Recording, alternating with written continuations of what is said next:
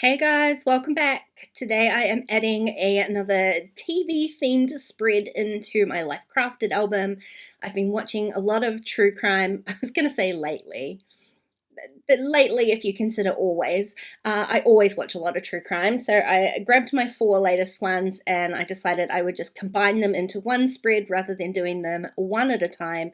And I've got the perfect kit for that this week, which is the True Crime Time digital kit from Nelly and Clem. This is an updated kit, so it's been around for a while, but it's been updated and is in the store now. Super cute. I printed out, I did things a little bit backwards. So the caution that I'm using as my full page on the left, which is 5 by 8¼ inches, is actually one of the 3x4 journaling cards. I blew it up super large. It didn't lose any definition, so that was super exciting for me.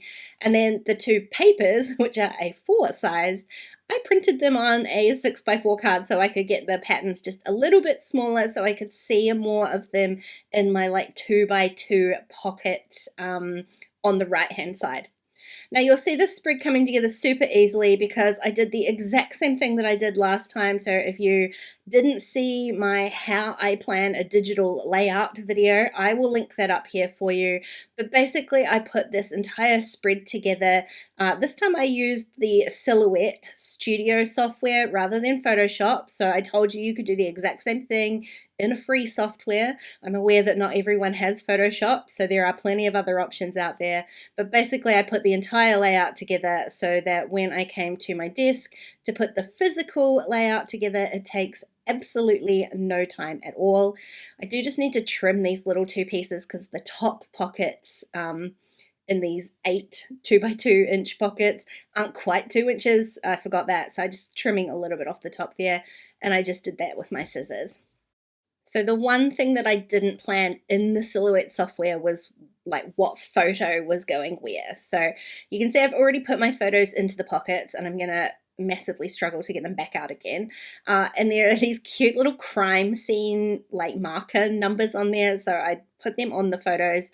But because I want to hang this little keychain tag thing on the top of my pocket, I picked the wrong photo really to go underneath it. And it was kind of covering up, you know, critical parts of the photo. So I did swap them out and pulled them out. I put the numbers back in the exact same place because they weren't, it kind of leaves gluey residue on my photo. So I've just swapped the kind of placement around, and then I'm going to actually attach this little keychain thing onto my pocket.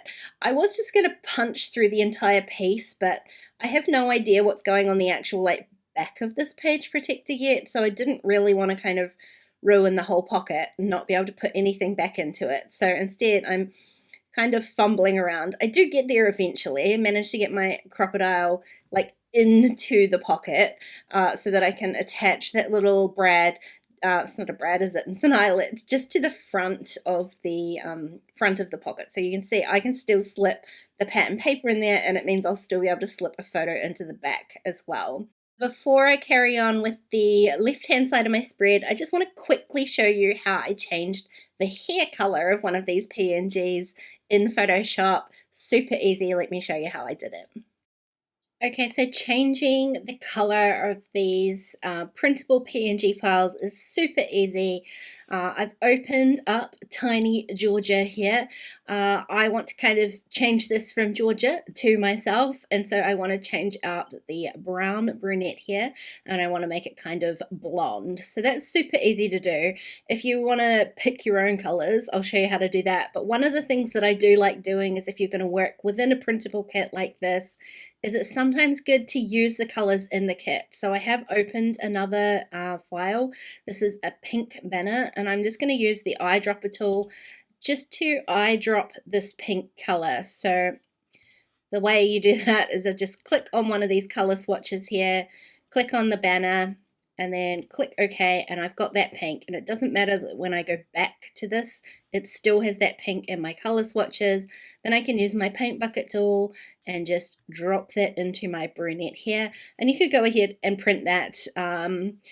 The other thing is if you want to use the same color swatches to color pick it, you can pick your own colors if you don't care so much whether it matches the colors of the kit. If you want to pick your own dirty blonde hair like I did, you can go ahead and do that. The only tip when you are recoloring PNG files like this is do not just hit save, because you will replace your original file. So make sure you save as, and you want to save it as a PNG. That's how you're going to get your outline, the cut file outline in Photoshop. So you want to make sure that you're saving that as a copy. Save the copy and then go ahead and bring that back into Silhouette, and that way you will make sure that you are going to get a totally customized little person for your layout.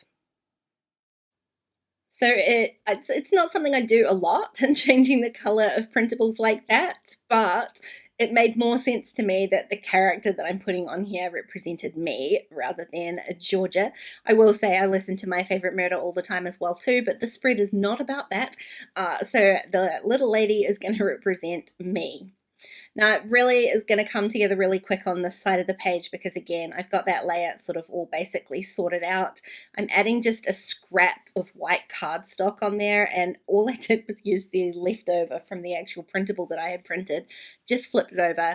I want somewhere where I can kind of put a title onto here, and I've got a very kind of a bright and busy background there, so I've just left that little bit of white space before I start layering up these die cuts. I loved the Morbid Curiosity one. I thought it was perfect for this, but it also adds a little pop of yellow. So I've got this really heavy like pink and yellow theme, which you wouldn't necessarily expect for like crime shows, but I think it works.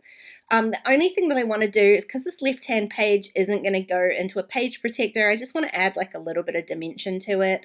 I love adding texture and dimension when I'm using digital products, just to kind of, I don't know, elevate it a little bit. So I'm adding a bit of foam onto that. And again, that little die cut isn't actually a die cut. It's like a 3x4 card that I scaled down.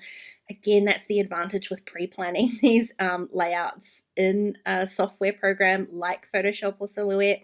You know the sizes that you want to use. I did stick the little magnifying glass onto the front of it though, so I've had to kind of add tiny little bits of foam onto the back of that. And I'm not going to adhere it down just yet because I want to put a title on here. And I went to my stash because I've only got a little space for a title, so I found these little, they're very old Amy Tangerine alphas. And I will say, I didn't make you watch it, but I am going to glue all of these down because they did not have a whole lot of stick left on them.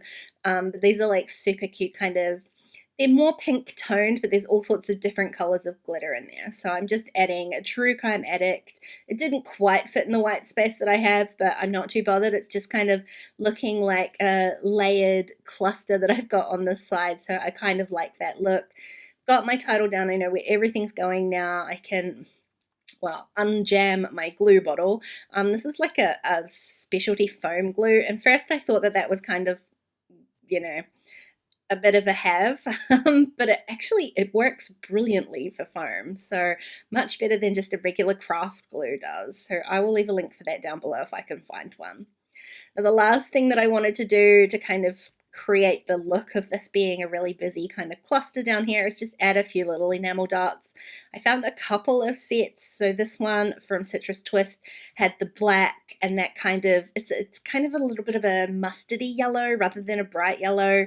So I popped that in, and then I needed a little brightness in here. So I'm adding a few bright pink ones, and this layout's all done. Another one into the books. This is such a cute kit. If you are a true crime fan like I am, I will leave the link down below for you. Hey, thanks for watching today, guys. I really hope you enjoyed the video. If you did, please go ahead and give it a thumbs up, and don't forget to subscribe to my channel if you haven't already. If you want to keep watching, there are a couple more videos on screen. Otherwise, I'll see you again really soon. Bye.